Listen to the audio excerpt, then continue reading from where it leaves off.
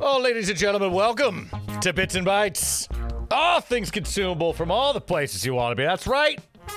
It's the United States edition. You know what that means? That can only mean one thing. That can only mean we're doing 50 states in 50 weeks. That's all that could mean. So, we do the countdown. What month are we on here? 29, 4, 3. I've lost track. But, no fear.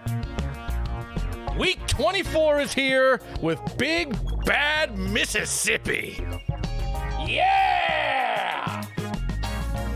Mississippi, baby! So many S's and P's and I's! Mississippi, everybody! Welcome to Bits and Bytes, Mississippi! Per usual, we got the flag behind us. Look at this new and improved flag they have.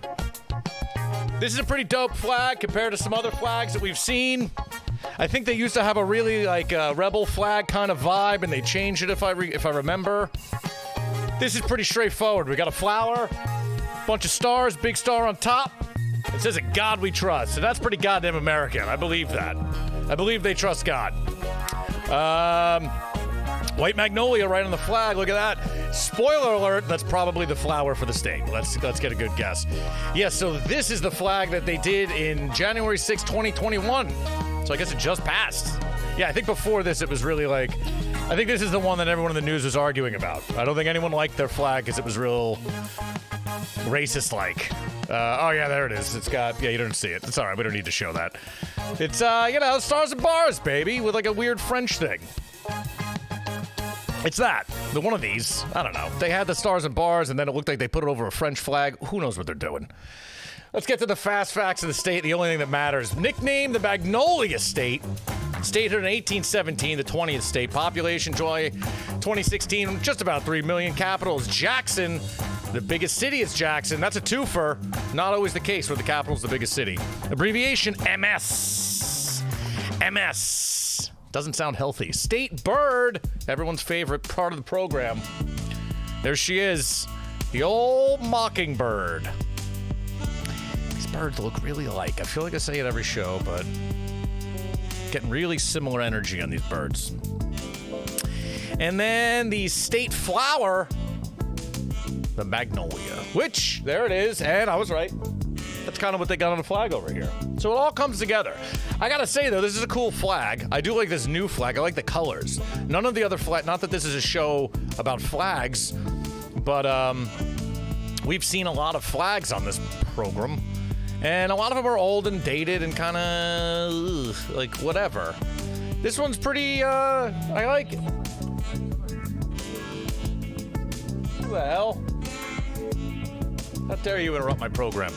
Yeah, I mean, look at this show. Look at this flag. The colors are nice. I don't think any other state has this kind of gold tinge in there. I kind of dig that. I like the flowers in the center. It's like, look, we got flowers, guys. No stars at bars. We trust in God. We got all these stars. We got a little gold, a little red. We got rid of the French shit. Love us. We're Mississippi. So, Mississippi's the state. What do I got on Mississippi? There's a lot to be said. Actually, not much to be said. There's a lot and a little to be said for Mississippi. Finding someone from Mississippi was tricky. We finally did get a guest. He's going to be calling in soon. Chef Jesse Houston's going to be showing up representing Mississippi. But what do I have on Mississippi? I was ready to go hard in the paint here since I couldn't find anybody, and really the food and drink was minimal. Hopefully Jesse can bring a little bit of info to the table. That's why there's a box of BARQS root beer in front of me, we'll get into it. What do I have here from Mississippi in the old book? The South. Everyone is afraid of Mississippi. I think that's kind of fair. I think most people are scared of the concept of Mississippi. It's the crazy redneck uncle of the states. It's got a weird, there's a lot of bad civil rights shit that happened there in the past, but I'm sure that's kind of gone down there now. Mississippi's kind of a mystery. At least I'm in New Jersey. A lot of people think of Mississippi. It's gone. One thing I have to say was, I thought I could find food. Mississippi mud pie. No spoilers, right? That's a thing. That's a huge thing down there. And I thought there would be shit flavored Mississippi mud pie flavored everywhere if I looked. And I looked. It's not. I think it was canceled. I feel like Mississippi was a concept that was canceled. just because of the stigma that's attached, perhaps. But we're not about that. We're about the food, the drink, and the great people of Mississippi. Elvis, Jimmy Buffett, Gulf Coast Casino, and Riverboat Hustlers back in the day. Like a Jimmy Buffett is from Mississippi. Muddy Waters, Howlin' Wolf, B.B. King, Robert Johnson, all the blues legends, generally from Mississippi. Great music. Oprah from Mississippi. Big Mississippi energy. All right, so we're out here, Hop. We're talking about Mississippi. We hit the bird. We hit the flower. Boom and boom. Show me on the map. Where are we at? Let's do the bit. So Mississippi's down south. It's another one of these M states. So we're surrounded by Alabama, which, you know, Alabama to the east, rather. Tennessee to the north. Arkansas to the west. Louisiana to the southwest. And then button up on the Gulf of Mexico down there, which is what I'm going to guess is considered the Mississippi Delta. I'm not really sure. I've heard that term, and I don't know what it means. I know Mississippi's got a lot of rivers, hence the riverboat shit, which would have to do with the Mississippi River. I see there's a town called Natchez. I feel like I've seen a boat called that before. A lot of towns here I've never heard of. You know, I've never been to Mississippi, I don't think. I don't know much about it. I don't know much about the food. But I will tell you what I know and what I've learned. And then we could deep dive a little bit into, I guess, real, you know, culture vibe. But the bottom line is, the first thing, which I don't think most people are going to even associate with Mississippi, and I had to really reach to find it. You know, I thought I could find a cocktail. There was like a Mississippi iced tea or some bullshit recipe someone made. Not it. There's some Mississippi bourbons being made, apparently, or Mississippi whiskeys, rather. I couldn't get my hands on them in time. It's very difficult to get some of that stuff going. I didn't see any Mississippi grapes getting grown down there, so we didn't get any Mississippi wine. I thought there would be like a regional soda. A lot of these southern states have their own kind of like soda vibe, or a lot of the states have their own kind of soda vibe. I couldn't find it.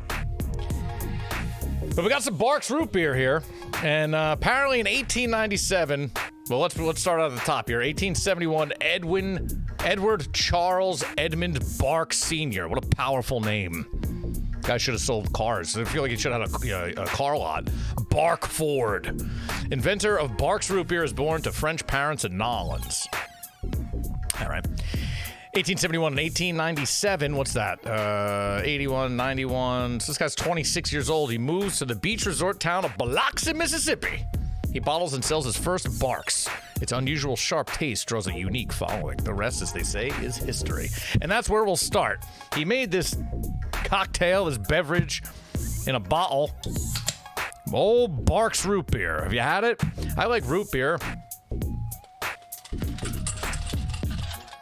But BARQS isn't usually what I want when I want root beer. I haven't had a BARQS root beer in quite some time. It says it's good on it since 1898. It says it's good. Really big selling point here. BARQS. It's good. Oh, they have a red cream soda? I didn't know that. I wish I could get my hands on that. Let's see what the root beer ingredient says here. Well, let's just pour it. Let's get in there. I mean, it's the one with bite. Everyone remembers that, right? BARQS, the one with bite. Remember that commercial? I mean, it looks like a fizzy-ass soda. It's a Coca-Cola product, so, you know, they're not making it in Mississippi, but it was born there. It's got the soul of Mississippi in it, you know? That's what we're going with. Oh, my God, our guest is joining. This is fantastic. That means I don't have to talk about root beer. Let's see. Jesse? Yeah, buddy. Hold on. Let me fix my thing so I can see you. What is this? Get out of here. I don't want to see me. I want to see you. Do you see me? Yes. Nice. I see you. This is good. Let's pull it up. We are live also. And sorry you have like a shittier second camera over here. Like it looks better over here. Look at your nice background. Jesse Houston, everybody. Welcome to the show, dude. Do you want to introduce yourself a little bit? Yeah, of course, man. Introduce yourself a little bit. We can chat a little bit about Mississippi. You hear me all right? I don't know if the stuff is too loud in the background. Sure. I'm Jesse Houston. I'm a chef in Jackson, Mississippi at Fine and Dandy. originally from Dallas. The first day I ever moved to Mississippi was the day I moved here a little over 11 years ago. I moved here to open a restaurant called Parlor Market with a buddy of mine named Craig Noon. We met in Dallas after culinary school at a restaurant, and his dream was to move back to his hometown and open a restaurant of his own. And so I just kind of followed along, and my life has been different ever since. Nice, man. So how long have you been in Mississippi? A little over 11 years. 11 years. All right, so this is good. So like I do, every week I do a show in a different state, and I look at it as much as I can to find food trick, try to talk to people about it.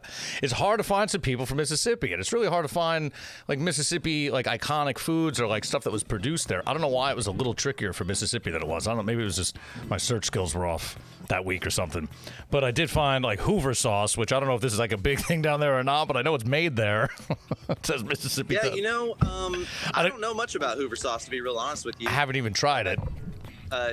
For us, the most popular Mississippi sort of sauce or dressing is comeback sauce. Comeback sauce, which I've heard of, yeah.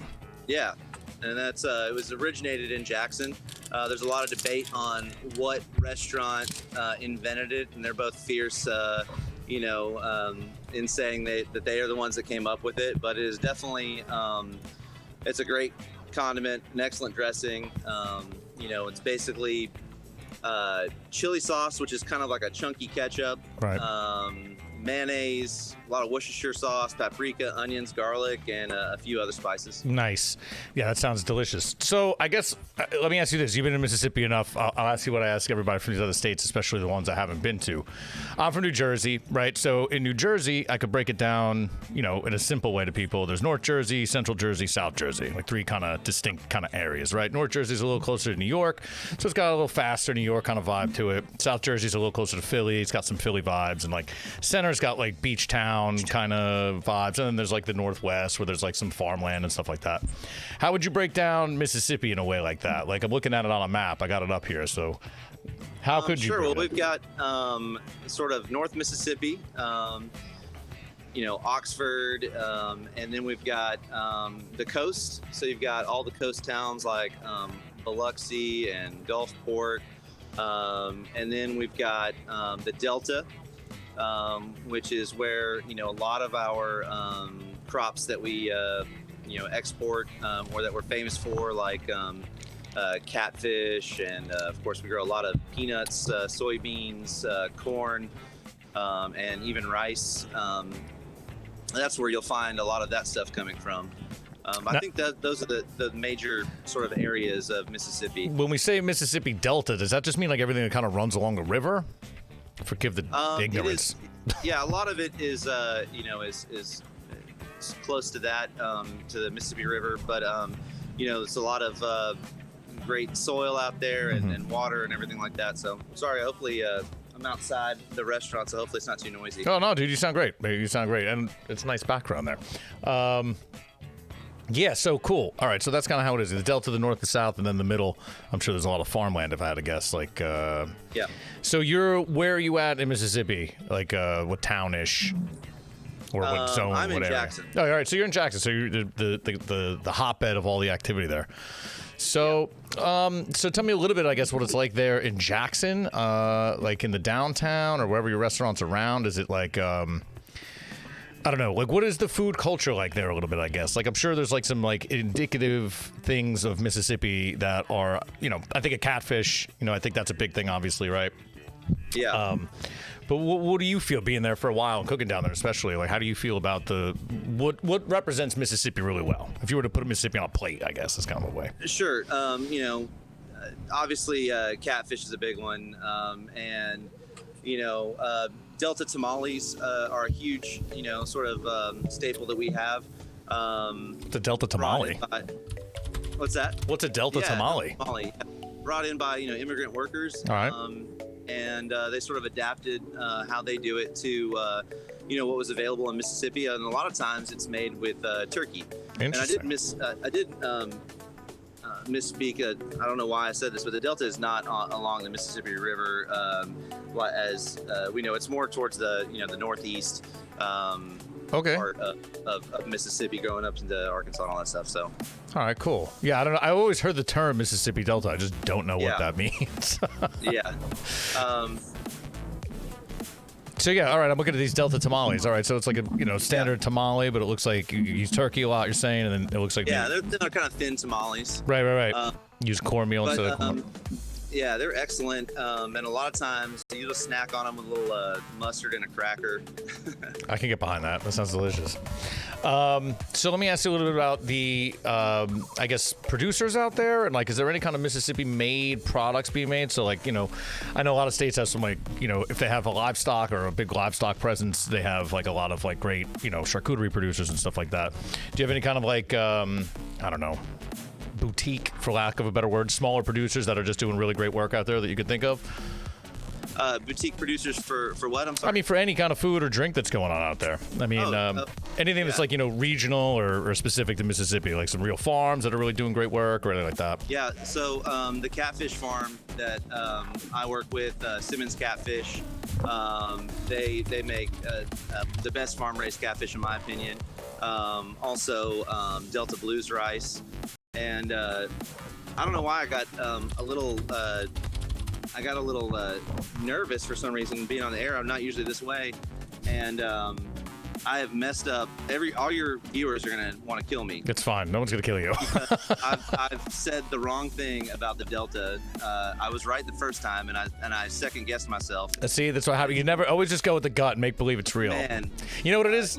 You're on air and you have a camera and a microphone. That just means you're right. That whatever you say is correct. I feel like a total idiot. And I'm showing my my not from Mississippi roots. Dude, I have spent some time in the Delta, not as much as I would like to. In fact, it's a part of the Delta. It's part of the Mississippi that I really want to spend more time in. Right. But no. It's when I was saying it's northeast Louisiana, up along the Mississippi River. Right. Yeah. So I just it's all good. I got all doubled up. Your viewers are gonna kill me. I'm sorry. No one's gonna kill you. None of that happens. Don't worry about it. I'm looking at Delta Blues rice. They're like a rice farm out there. Look at it. Looks like they got some great product out there. They grow the most fragrant aromatic rice that I've ever had. It's really incredible. I love that because I've been looking into like beans and rice lately a lot, and I realized that like there's such a people just think of like rice and beans, and it's like okay, generic. But like once you start deep diving into the types of rice and really like specific heirloom beans and stuff like that, it gets kind of crazy with the quality that increase that you get like exponentially if you spend a couple more bucks or actually got to seek it out because usually it's not in the store. But these rice, Delta Blues rice, nice. Look at this. I'm looking at the website. That's what I'm scoping right now. Yeah, Home Place Pastures is really great. Producer of some excellent pork here in Mississippi. Nice. We've got a lot of incredible farms. I mean, everywhere you go, you're going to find some great farms. Smith County watermelons and tomatoes are famous around this time of year. But really all over, you've got people growing things, and you'll drive along the road and find a lot of different roadside stands depending on the time of the year and what they have. Anything from boiled peanuts, which if you've never had those, that's a staple in the South. I've only had road stop bad boiled peanuts like on the road in like the Midwest somewhere, and I did not enjoy it. And I was like, maybe this is not the right place to have it from a gas station. Like they had them in like a big soup cauldron. You put them in like a soup cup. It was just nothing about it was good. Yeah, they pop them. Those come out of a can, and they dump them out of a can into what looks like a soup cauldron. It's basically like a crock pot. Yeah, it's gross. They hang out all day. It's like trucker food. I don't know. I wasn't into it. But in Mississippi, truck stop or gas station cuisine is a big deal. Really? Growing up in Dallas, I would always get my roller hot dog from a gas station. But here you won't find that too often, but you'll find fried chicken, nice. Chicken on a stick, which is literally it's kind of like a shish kebab of sorts. All right. Chicken and often pickles and maybe onions, peppers, or potatoes. That's all been kind of deep fried. So people owning the gas stations are actually doing the cooking there, or actually taking care to make something of quality, which is kind of impressive. Yeah, a lot of them have a whole separate staff that sometimes it's barbecue. Right. Oftentimes you'll just see just a big metal smoker outside. Nice. One of those kind of drum barrel type smokers. Yeah. Just, doing work all during the day. That makes me happy. So just manning that. But yeah, ribs, obviously barbecue chicken, sausage. What kind of sauce? So, there's all the regional barbecue sauces and stuff. Does Mississippi have a barbecue sauce that favors? Is it more of like a sweet kind of vibe, or is it more maybe a mustard-based kind of thing? Where does the Mississippi barbecue sauce lie? So once again, showing my roots, being a Texas guy. Of course. All other barbecue fails in comparison to Texas barbecue. Sorry, guys. There's something to be said for that, though. I mean, there is something to be said for that. So, in my opinion, and there are much better experts on barbecue, especially in Mississippi, than I am. Mississippi doesn't quite have its own defining style. You hear about this Memphis, Carolina, all that kind of stuff. But Mississippi kind of draws inspiration from everybody. I would say if I were to define barbecue for Mississippi, it's more of that sort of gas station vibe that I talked about. I love that, man. I think that's great. It's saucy. It's definitely saucy. But everyone's going to have their own little take on it. And, everybody's going to be a little different. There's not going to be one, tried and true example. Now, we have some great barbecue in Jackson. Pig and Pint and E&L Barbecue are two of my absolute favorites, in both very different styles. Pig and Pint. So we do have great barbecue. That's great. Yeah, I mean, that goes down with I think once you start getting down south, people just love to barbecue more. I mean, you got once you start getting in Virginia, even you start seeing it more like in the streets, and then it's just everywhere down there. Although I don't know if Florida has a big barbecue scene. I'm sure they try to. They're weird, doing their own thing. Mississippi. So, all right. So, what do you think about? What's the question here? Like, what would you say? I love the barbecue, the gas station barbecue. That makes me very happy. I like to know that there's not like a Dunkin' Donuts in every gas station there. That's good to know. What about the drinking culture down there? What do the people get behind? Like, I'll ask. I'm sure Jackson is like every other city I've been to, where it's like, the big breweries. There's probably breweries everywhere. Everyone loves a brewery, and maybe get a handful of distilleries to pop up around the breweries. But is anyone doing great work out there, or is there something people usually like to drink down in Mississippi? I know some other states have like their own kind of booze they like to get into. Sure. You just moonshining all day down in Mississippi. Mississippi is definitely is a heavy drinking culture. I would definitely say. You're right next to Louisiana. You don't have a choice. Yeah. Right. Yeah. Well, we've been pretty behind the times in terms of spirits and things like that. Cathead vodka first came on the scene around 2010. And they were Mississippi's first legal distillery. Nice. In 2010. So they make some incredible stuff. They are making some excellent bourbon now as well. They make one of the best gin that I've ever had. I love me some gin. And now there are a few. It's called Bristow. Bristow, yeah, pulling it up on the website here. Nice packaging. I love that bottle. Oh, it's beautiful. Yeah, it's real nice. Oh, they have a chicory liqueur. That's weird. Look at that. Hoodoo. Yeah, hoodoo. That stuff is incredible. You don't need anything else. Just maybe a little ice cube. Wow. Is it like it reads like an Amaro kind of from what is it? Please, how much black Southern culture? It reads like it's an Amaro, like bittersweet, earthy spices. It says. Yep. Nice. Ooh, frothy. It is awesome. I should have got that. See, why couldn't I get my hands on that? I messed up. That's what I should be drinking right now. Not stupid BARQS. And the gin, what do they do? Like, is the gin more of like obviously there's juniper and stuff, but is there anything that's kind of like that sticks out, I guess? To me, it's just incredibly aromatic compared to some of your more standard gins. Nice. There's another gin made in Mississippi that's made with some of that Delta rice. See, I love that. That's the idea. I love that. What's that one called? That one's called, I believe, Wonderbird, and it's pretty fantastic as well. But relatively, like I said, the spirits are pretty new. Cathead definitely the only game in town for a long time, and they are incredible. Nice. And there's been recent developments in the last few years with some other ones. In terms of beer, our our beer laws are pretty antiquated. I mean, all of our alcohol laws are. Really? And so for the longest time, the only brewery you had was Lazy Magnolia, and they're the OGs, and they make some really great, just solid beers. And then slowly and surely, you had other breweries popping up all around. Here in Jackson, we had Lucky Town until a couple of years ago. They closed down. The laws still make it very hard for them to compete and make a profit. What's up with the laws in Mississippi with beer and liquor? Is it like producers can't sell to stores or something like that? I know every state's real weird with their booze. Yeah, for some reason. every state's weird. But we have the two-tier system, and this is a Bud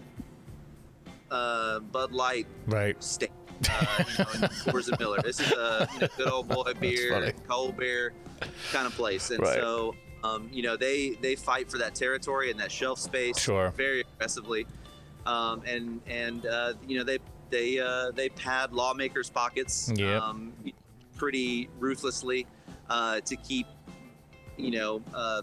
really the small breweries down.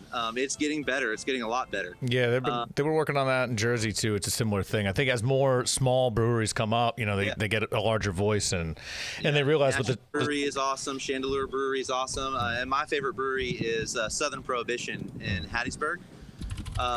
They are just, in my opinion, they are just killing it. They do the best, hands down the best, like New England style IPAs and dry hopped IPAs and things like that.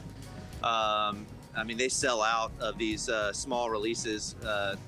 They are doing some incredible like barrel aged pastry stouts right now that are just they're just fantastic. They do a really great sour program. I love that. The beers look fantastic. Like I said, I'm popping up the website here.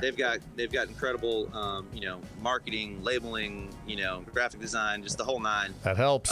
That definitely helps. Yep. I love this.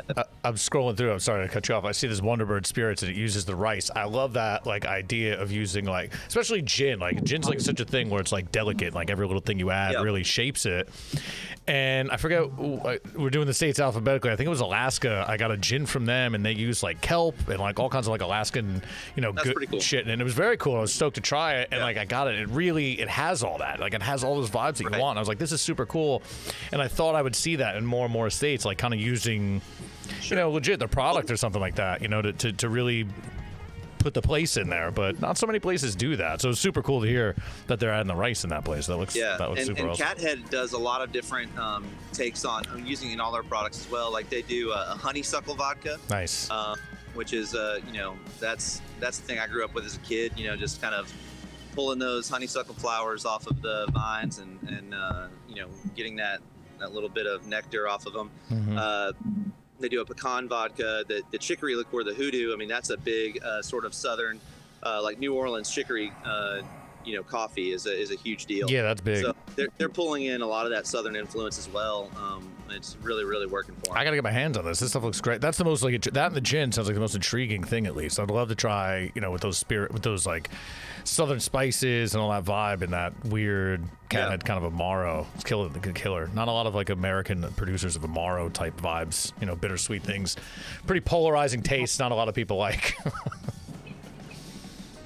What else we got here over here? So beers are going great. Yeah, that's good. The beer laws will probably be changing as they move because every time there's 4 more breweries that pop up, at least up by me, in every little town, it brings so much business and drive to these little towns. It kind of wakes them up. There's a town by me about 10 years ago, didn't have a brewery. It's kind of like a sleepy little town, and now it's got a brewery. There's all kinds of restaurants popping up. Everything's going on there now. Distilleries opening up, the block next door just so you could piggyback the business, so it really brings a lot to the town. So you might see those two-tier systems kind of get beat up a bit, I hope, in the future, or at least break down the rules a little bit, the restrictions and stuff. Help out the small guy, Yeah. All right, so we covered that. What do we got down? Have you been down to the south, the coast down there in Biloxi, Gulfport, all that? I was there a couple of weeks ago. I took my daughter, and we went to the beach. We camped at a state park and just hung out for a couple days. There's a great new aquarium on the coast, the Mississippi Aquarium, which is really fun. But it's a it's a good time. Mississippi doesn't have the most pristine and crystal clear waters. Like when you start getting to Alabama and Florida, those sort of Gulf Coast waters are crystal clear. But we do have there's I believe it's Ship Island where you can go to, and there's got some super clear water out there right off the Mississippi coast. Nice. You just take a little ferry to get there. Yeah, I've seen. So that's obviously the beach getaway, right? Head down south, hang out down there. Yeah. Oh yeah. And everybody does that in the summer. Everybody flocks, and restaurant business sort of kind of goes down a little bit because everyone kind of vacates Jackson for vacations to whether it's beaches in Alabama, Florida, or wherever. But it's a big deal. Yeah, it looks like they got an airport right there too. I'm scrolling on the map. That's why I'm like following along here. Yeah, cool. Biloxi Beach, golf courses, of course, barbecue and blues joints. Yeah. There's a lot in the middle here. Is this just all farmland pretty much? And like all these other small towns that are like to the east rather? Is this just mostly... It's a lot of agriculture. Yeah. For sure. I don't have a ton of, experience with, all of the stuff in between. Right. No, I mean, again, most places, no one's an expert of the whole thing. So, what about like the food culture? Let's say like at Jackson's, they're like, outside of like, I don't know, what do we call Mississippi cuisine? Like outside of like Mississippi focused food, like catfish and stuff like we're talking. What are the kind of like culture? Yeah, soul food, I guess. What are the kind of cultural foods do you feel are going around there? Like, can I go out and get, I don't know, Indian food? Since it's the city, is everything there, or is some stuff not covered? Well, we've got a little bit of everything. Culturally, but one of the biggest influences, especially on Jackson cuisine, is actually Greek. Really? Some of the very first restaurateurs in Jackson were from Greek families, and so there's a lot of that influence. Interesting. In food. So there's probably some great Greek restaurants, I would have to think, somewhere down there. I wouldn't say like there's necessarily a great Greek restaurant. All right. Where you would get like authentic, things. However, there are definitely nods to that, and once again, the influence that they sort of brought on Southern food, it's there big time. That's interesting. Like, what would you say? Like what, for example, like what would be a big, besides the Greek work ethic in the restaurants, which is impressive and huge. I'm sure they brought down there. I would definitely say, on seafood, for sure. Nice. Jackson is really big on seafood, and rightfully so. I mean, we're 3 hours away from New Orleans, and 3 hours away from the coast, the Mississippi coast. But I would definitely say there's a big Greek influence there. Nice. There's also a rather large Lebanese influence as well. Really? In Jackson.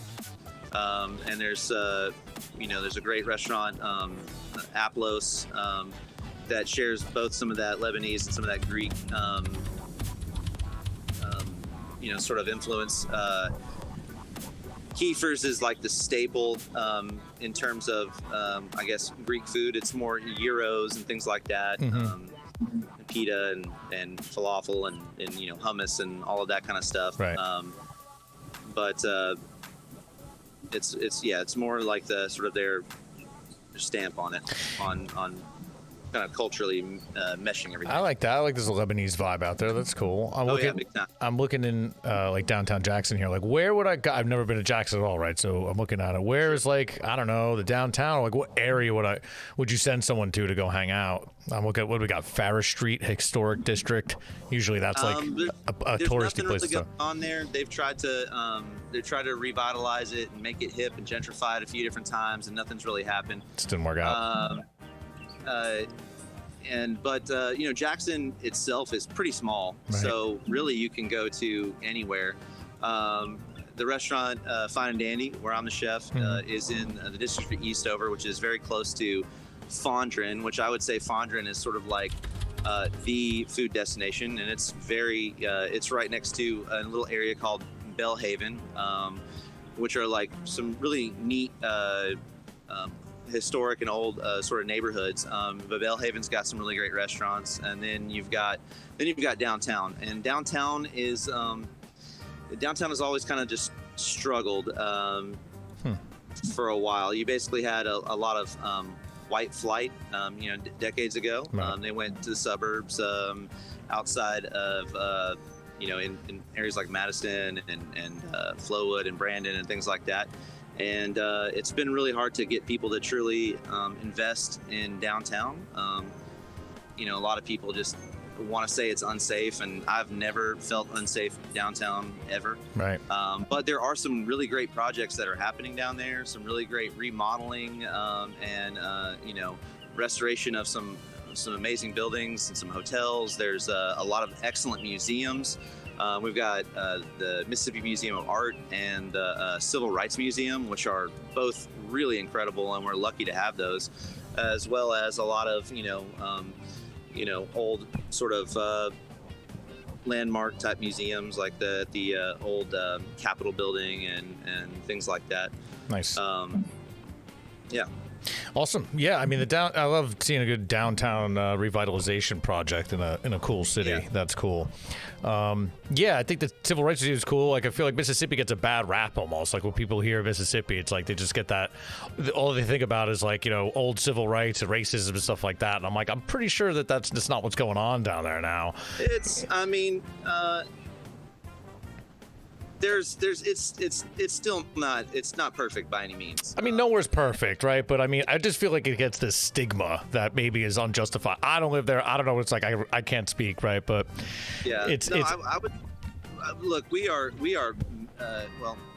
Mississippi is making a lot of progress there. Right. But just like anywhere, not anywhere, but a lot of places, you're going to still have a lot of people clinging to the old ways, and we have a lot of old politicians. Yeah, that doesn't help. And they kind of sort of keep things from progressing. But we have made some progress. We finally, adopted a new flag. I was gonna say I got the flag up, and I was gonna say this flag is actually, of all the flags, and I forgot all the like hoopla over the flag. I remember it was like last year or something. Like, it was in the news a lot. Yeah, it's As I pull it up, I looked at it. I was like, "Oh, this flag looks. This is like a really nice modern flag compared to all the other flags I've looked at." And I was like, "Oh yeah, that's right, because they just changed it." That's right. So, and that was, had been a big fight for an entire time I've been here. For sure. And so that's a great step in the right direction. Yeah, I mean, it takes time, I guess, to get rid of the old, I suppose, for lack of a better word. I don't know. People suck sometimes. What are you gonna do? So that said, like I said, I think they just get a bad stigma generally, just the idea of like, oh, Mississippi, and then it's just that's all people really think about instead of like thinking about what's going on down there. Like, for example, I was thinking of this when I was looking. I was like, all right, Mississippi. There was like two things that I could think of that are like Mississippi labeled foods, right? Like cheesy ones, like Mississippi mud pie. That's like a big thing. That's almost like a brand name almost, right? And there used to be this Mississippi mud beer. Like, I forget what it was. It was like in a jug. But that was never made in Mississippi. No, definitely not. But it just said Mississippi. No. And when I was getting stuff for the show, I was like, oh yeah, that thing said Mississippi. Yeah. I'm sure it's made by. I'm sure. Can't even buy that here. Yeah, I'm sure Budweiser makes it or something and puts it in a jug. And I don't think I've ever had it, but I remember seeing it forever ago. And I was at 2 or 3 liquor stores in the past couple of weeks looking for it, and it's nowhere to be found, which is probably for the better because it probably sucks. But it said Mississippi, so like I could have made a bit out of it at least. I couldn't find it, and then I was like, all right, maybe I could find like a frozen Mississippi mud pie or something like that, because that's like a thing. Nowhere to be found. I was like, what are these? Is everyone just taking the word Mississippi off because of all the flag stuff and be like, let's put Mississippi on pause for a minute. We'll bring them back after all the heat from the flag. I was like, oh man, you would think like. Even like Haagen-Dazs would have like a Mississippi mud flavored ice cream. Just seems like the right thing. Right. Think of every other flavor. I would say, in the last 5 years, we've gone through so much, just dumb stuff, and not just the flag, which is a step in the right direction, but there was a lot of, I don't know, some really terrible laws passed and things like that. Just to be exclusive to like the LGBT community and things like that, and a lot of businesses were either threatening not to come to Mississippi because of the laws that were passed, or threatening to pull out and things like that. So we have we've hurt ourselves, and we desperately need, tax dollars for roads and things. I mean, Jackson has literally some of the worst roads I have ever seen in my life. Really? It's not even a joke. People joke about it all the time, but it's serious business. I mean, one time I blew, I think 5 tires in the span of about 6 months. Damn. Hitting potholes and things like that. It's bad, and we could, we've got a lot of poverty and a lot of, we always say we're first in the worst things, and we are last place in all of the best things. But as negative as that sounds, there is a generation of people that are taking Mississippi to the next level.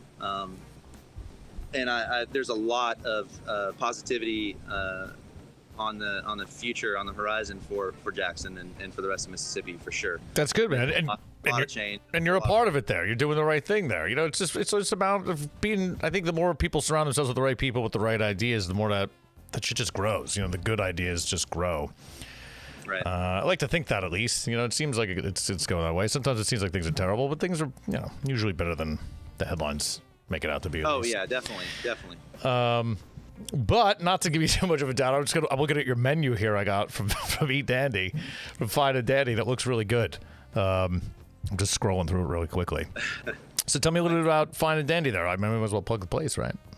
Sure. We have been open about 3.5 years here at a new development called the District of Eastover.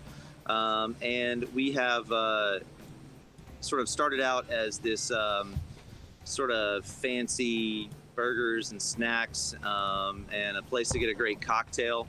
And we've been adapting to sort of the changes in really in the entire world. As when COVID hit, we quickly adapted our model to become a grocery store and offer lots of different things from toilet paper and paper towels to hot meals and cold meals that you could heat up at home and things like that. But we're slowly kind of evolving what it is we do as a cuisine. We're trying to embrace the idea of Jackson cuisine and be like sort of a Jackson neighborhood restaurant. Nice. I think in the beginning we were definitely. I'm one of those chefs. I'm known for a lot of my creativity and boundary pushing. Mm-hmm. Sometimes in a good way, and sometimes in not so good of a way. Sometimes that can be a turnoff. You roll the dice sometimes. It's okay. Yeah, no, for sure. It's interesting because I'd say that people in Jackson are definitely foodies, Mm-hmm. but when they're at home, they want what's comforting, and they want what they're used to. But they're the same people that will go out to New Orleans or Atlanta, Chicago, and do it big and try all kinds of adventurous, crazy things, at restaurants there. But at home, they want to keep it simple and comforting. They want their steak and their redfish and things like that. Mm-hmm. So we're adapting to a lot of that, right. Because we want to make our customers and our locals happy, and we also got to make money at it as well. So, of course, that's the game. Yeah. So how was it in COVID down there? Every restaurant was hit brutally. Like, I guess you were in Jackson. So how was Jackson? How did it handle it? I guess you guys fully back now. Like, I feel like around me, at least in Jersey, it almost feels like it's all over. But then you go to some other states, they still got some restrictions, but they've lifted up a lot here. I don't know how else is. Yeah. Our governor lifted all restrictions like immediately after Texas did. Right. Okay. It's up for debate whether anybody was really truly ready for that then. Jackson, though, has kept sort of pretty good mandates for masks and things like that, but those are gradually lifting, and I think everybody's really. We're ready to move on. I think most people. Well, I can't say most, but a lot of people are vaccinated,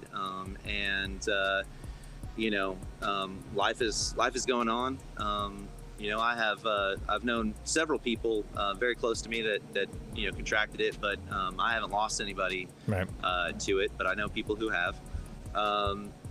We did lose a restaurant to COVID. We opened a Tex-Mex joint right next door to Fine and Dandy called Sophomore Spanish Club, and we really had to pool all our resources into one business, and so we regretfully closed that down. But so it's been tough and it's been sad. But now we're actually busier than we were pre-COVID. Our sales are doing great, and our big challenge now is the labor market. Yeah, same up here. Everybody nationally is hurting. Jackson has always been tough in terms of, especially for restaurants, in terms of having people and having good people. Because it's not one of those major food destinations, although it very well should be. Right. People aren't flocking to Jackson like they would to Austin or San Francisco, Chicago, New York to work in these restaurants as a career choice. But now, there's a huge shift in the industry, like there is in most industry. But people are, because of all the government assistance and unemployment bonuses and things like that, you've had a lot of people, not just in our industry, but in a lot of other industries, that have realized they can make more money sitting at home. And it's not necessarily out of laziness or anything like that, although I'm sure that does play into it for some people. But it's partly because our industry has always been a really tough industry to work in. For sure. Whether it's the servers that are on the front line dealing with, picky customers. Yes, picky customers. Or, that's a nice way of saying it sometimes. Or it's just the conditions, the hot, greasy environments of a kitchen and things like that, and without too many benefits. We do offer benefits at our place, but industry-wide, restaurants have not had benefits or retirement plans. No, it's tricky, man. It's tricky out here. Yeah, so, seriously, it's tricky out here too. Every restaurant that I'm a part of is hard up for labor, and whatever the reasons even are, it's just that the numbers aren't there, the people aren't there. Yeah. So I think there's a lot of people that took this time and the government assistance and said, well, maybe I can educate myself, learn a new skill, right, and do something. Maybe it's a little bit easier. A lot of people don't get into food because it's their passion. Right. Unfortunately, a lot of people get into it because as Anthony Bourdain said, we're a bunch of pirates. Misfits that really don't fit into society anywhere else. And so it's been a hard life. And I think that this shift has made people just reprioritize things. Yeah, I think that's a good way to put it. I think it's and the people that are still doing it, it's kind of like their market now. It's like if you have the skill set to be a great waitress or a chef, you can kind of go anywhere you want these days. Right. The ball's in your court, which was never really that way. Yep. So it's interesting. Dynamic shifts. Yep. Yeah. Crazy. Yeah, I mean, it's that the worst thing about the COVID, obviously, is seeing places close is atrocious. But just thinking about it, like these restaurants that in New York, especially, I've seen, and like around New Jersey, there's these like family owned and operated small, mom and pop, very successful restaurants, been around 20, 30 years, that just don't have a bankroll, to sustain being alive and being open for a year, and they had to go out of business, and they did nothing wrong. Like you got this family business just operating great, and then this thing comes along, you shut down, and I would be hard pressed to think of another industry that is as hit hard as the hospitality industry as a whole, let alone just restaurants from COVID. So it's brutal. It's brutal to hear about, but it's good to hear some of them coming back and stuff now. Like New York's like, yeah, rah, we're coming back, but there's a lot of damage, a lot of casualties along the way. Sucks. Yeah. Shitty. It is. It's been really, really tough, actually. A lot of people I know were definitely affected by that. But That's sad. Yeah, that sucks. Well, all right, no more downers, no more COVID talk. All right, so give me something else about Mississippi. What? I don't know. What's your favorite part about Mississippi? What is something people don't know about Mississippi? What's something that, I guess, someone, I've never been to Mississippi, so what would someone not expect about Mississippi, I guess? Sure. Well, I would say, one of the best things about Jackson is its people. They are, despite of what the news may say, and despite some of our big challenges, they are a really, really good people. Mississippi hospitality is a real thing across, sort of all demographics, and people are very welcoming, inviting, kind. And like I said, one of my favorite things is everyone sort of has that down deep inside, they are a foodie, whether they realize it or not. I like that. One thing that it's been interesting to me being a chef is that, hanging out with friends or even dating, no one wants to cook for me because they're like, I'd be too intimidated to ever cook for you. But what they don't understand is that really speaks to me, especially when I'm in a place that I didn't grow up. And there are so many interesting things from, your casseroles and the things that people just throw together as, good home country Southern cooking. All of that stuff to me is an experience. Yeah, totally. Whether good or bad, and most of it is good. It may be something that I would never think in my life to put together. But that, like I said, everyone really is a foodie, whether they want to recognize that or not. They have grown up with amazing food from all different sorts of cultures and walks of life. With the passed down from their family. And so that's a thing that I really love about Mississippi. It's beautiful here. It really is. From where I was at in Dallas, the only trees were the ones that were landscaped, and planted there when they, put a building up. And here we're just surrounded by, old pines and oaks and everything like that. I just got out with a buddy of mine and went foraging for chanterelle mushrooms, literally just a few-minute walk from my restaurant. Nice. Those are popping up sort of everywhere Nice. because we have so many trees and so just like natural around here. There's a lot of small state parks that I'm currently discovering. I have a new passion in life, which is overlanding. I built this little adventure rig. It's an old 4Runner. I've got a tent on top of it. I've Nice. got a makeshift kitchen in the back of it, and I can literally pull up anywhere and set up base and cook and have a good time. Yes, I saw on your Instagram. I saw a little bit of that 4Runner. It looked ridiculous, and you had some great videos on there too. Great production on some of those videos. Thank you. Yeah, man. That's another thing. There's a lot of creative, talented people in Jackson, from photography to painting to writing, food, everything. And so one of the cool things, because like I said, everybody is so hospitable here, is getting to collaborate with such fantastic people.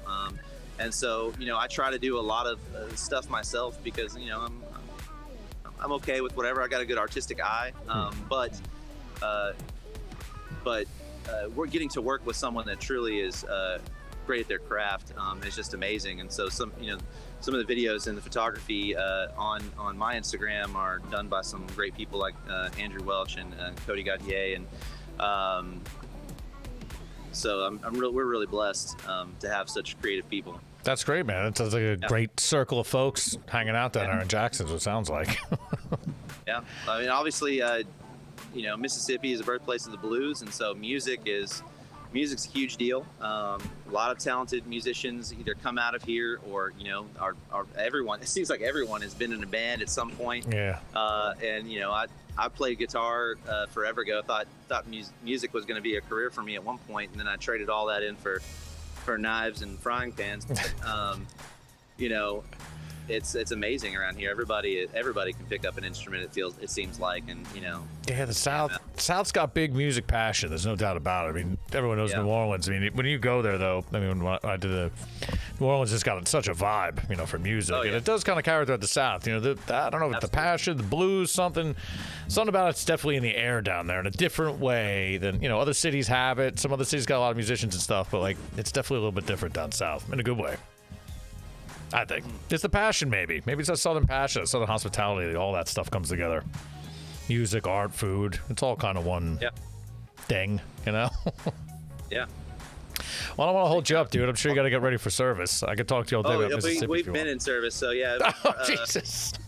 They're probably freaking out, wondering where I am right now. Oh, dude. I feel bad. I had the rush.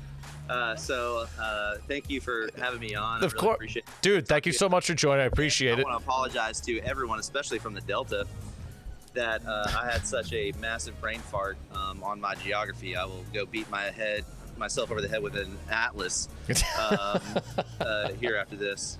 So all good, dude. Thanks so much, dude. Again, you spoke for Mississippi pretty damn well, I think, and super cool to talk to people, you know, from other places. Again, it makes me feel good. So if I'm ever down in Mississippi, I'm swinging by to get you beer. Or if you're ever in New Jersey, dude, look me up. Awesome, man. Thank you, brother. Appreciate you. Have a good service. You too. Well, you have a great day. Yeah. Thanks again. Later, boss. He was great. Look at that. Mississippi coming through hard. We thought no one would show face for Mississippi. Jesse killed the game. He's fantastic. Check him out on Instagram, at Chef Jesse Houston, at Overland Chef. He's doing super cool shit out there. He told us a whole bunch of great producers out there. It's really nice to talk to somebody who's got their feet on the ground in Mississippi. You know, doing great work out there. Jackson, of all the places. Yeah, fucking super cool, man. I love talking to people from other places. It really makes me miss getting out there and talking to people, meeting people. Damn, man. Stupid COVID. Ah, man. Jesse, thank you so much again, dude. Appreciate you. If you're ever down in Jackson, make sure you get out to his restaurant. Fine and dandy. Food looks, both of those things. Super stoked. Super cool dude. Holler at him. Man, super cool. Well, where are we? We still got stuff to do. We gotta hustle through here. We got BARQS root beer. Did we even talk about it yet? I don't even know. Stupid BARQS root beer, like we said, was made there. Where did the dumb BARQS root beer go? Here we go. 1898. Yeah. So what does it taste like? It's got bite. Does it taste like root beer? I guess. It tastes like everything I don't really want root beer to be. It's not my favorite root beer, really, at all. If I'm going to drink root beer, it ain't BARQS, but it's okay. Now, two more things I got that I have zero catfish. I don't have any real Mississippi stuff, but this Hoover sauce is a thing. Again, he said he had no experience with it, but here it is. Hello from Louise, Mississippi, the birthplace of Hoover sauce. HooverSauce1.com, so you know it's legit. I don't know anything about this. I don't know. This is it, though. I don't know. It was apparently on Somebody Feed Phil. I didn't know that. This is some terrible marketing and advertising that here. The sauce is taking Mississippi and the nation by storm. I wish I could get that article. Asian-inspired marinade from the Mississippi Delta. Original flavor, gourmet marinade. The perfect marinade. Hoover sauce is a savory and unique marinade barbecue sauce that will enhance every taste and dish. Enhance every taste and dish. Yeesh. Ingredients. Number 1, soy sauce. High fructose corn syrup, spice, onion powder, water. Well, we're going to eat some Hoover sauce and see what all the hubbub is about. And what are we eating it with? Tyson chicken nuggets. Why Tyson chicken nuggets, you ask? Well, when I was looking up Mississippi food, one of the only things I could find was that Tyson has most of their plants are in Mississippi, apparently. The Tyson chicken empire dynasty conglomerate. All right, well, I like that it's sealed. That makes me happy. Let's see the texture here. Well, it's syrupy. Hoover sauce. Wow, it smells like molasses and barbecue sauce put together. Let's take one of these TYSON Chicky Nuggies. It's got the texture of like a barbecue sauce.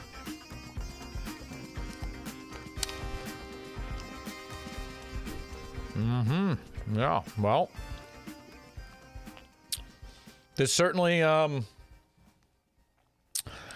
tastes like teriyaki sauce. I don't know if it's taking the world by storm. I'm not really sure about that one. I don't know if we need to sell it in this 5-gallon package they have there. I'm not really sure about that. And here's a video. Let's see what the video has. Oh, Jesus. Pipe down, pipe down. This is a terrible video. This is literally everything that's just on the website we just saw. Oh, this tastes kind of like, it just tastes like soy sauce with sugar. It's good.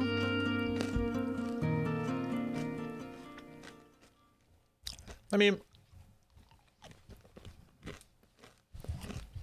guys, you could order 24/7 on the website. That's important to know.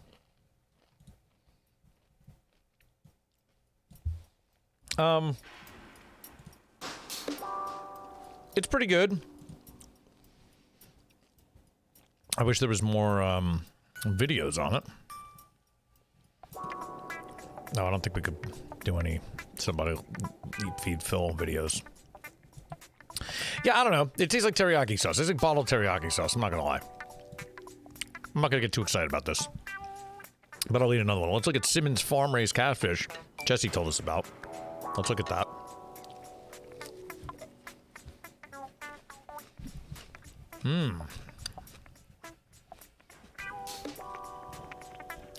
Simmons, okay. Great U.S. catfish, farm-raised, probably very clean, very nice. I wonder if I can get that here in Jersey. I would have liked to. The rice, you know. Rice is big. I want to start getting into rice. Good rice. Not just shit white rice, you know, the good. Talk to me about the 18-bag rice variety pack. You want to get me a gift for Christmas is what you should get me. My birthday's coming up. Jasmine rice, brown rice, long grain white rice, brown rice grits, rice grits. Yep, want all of that. 18-bag rice variety. Is it 18 bags? Is 18 pounds of rice? Get 3 1-pound bags each of our white rice grits, brown rice grits, brown rice grits, and white rice. So 3 of each. Oh, so I need 3 people to go in on this. Okay, I can do that. Get my hands on some of this Delta Blues rice. Nice. Welcome Home Place Pastures. They do monthly boxes here. Whole, live, half animals. He says really good pork here. Cathead Distillery. This hoodoo is looking pretty banging. It looks like they have Cathead vodka, which I feel like I've heard of before. I don't remember seeing this label, but I feel like I've heard of that. I could be wrong. I'm not really too sold on the bourbon. I don't really like bourbon out of places that aren't, you know, like Kentucky, but I'd try it if I was there. The gin you got me on. Bristow Gin. Yeah, I'm in. And the other place he said was gin, Wonderbird Spirits. I wish we had some of this. Flagship product, uniquely sippable gin with a complex layering of 10 botanicals. Has a balanced profile of sweet, floral, citrus, spice. You can see that, right? Yeah. Being the most prominent nuances of the 10 botanicals, we harvest pine needles and red clover directly from our distillery grounds. So they're using, I love gins that are using local shit like that. Pine needles and red clover from their grounds. Makes me very happy. I feel like gin is a great expression of local terroir that you can have. Kind of like wine, but in a more direct, pronounced way, maybe. I really love that. Our number 61 gin won 2 gold medals, of course. Everything wins a gold medal. Magnolia Experimental Gin. Cool. So they're doing a bunch of cool shit. Cask finished gin. Usually not what I'm into, but again, I would try it. This place looks like they're really focused on their gin. It makes me very happy. Mississippi Gin! Mississippi Gin! That was a play on Mississippi Queen, remember the song? Okay. Lazy Magnolia, we've heard of that. Their beers. There's a couple other great breweries down there we were talking about. And big Greek influence down there in Mississippi. Who saw that coming? I did not. Mississippi, you're a wacky state. Did we cover everything in Mississippi? Probably not. Is this Hoover sauce great? I don't know. Tastes like teriyaki sauce. Tastes like hibachi sauce. That's what it tastes like.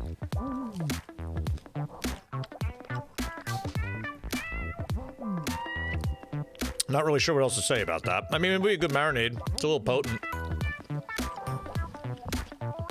You know, imagine soy sauce and molasses came together to make a sweet treat. Oh, you know, it'd be great in Hoover sauce, some BARQS root beer. Let's put some BARQS root beer there and we'll loosen it up a little bit. We're making new shit all the time here. That's right. That's a marinade for you. BARQS root beer. This is Mississippi Gold. We call this Mississippi Gold. That's what it's called. BARQS root beer and the Hoover sauce as a marinade. Let's try that. We did it! We did it. That's the real deal. That's the real deal Mississippi marinade. BARQS root beer. Born and bred Mississippi.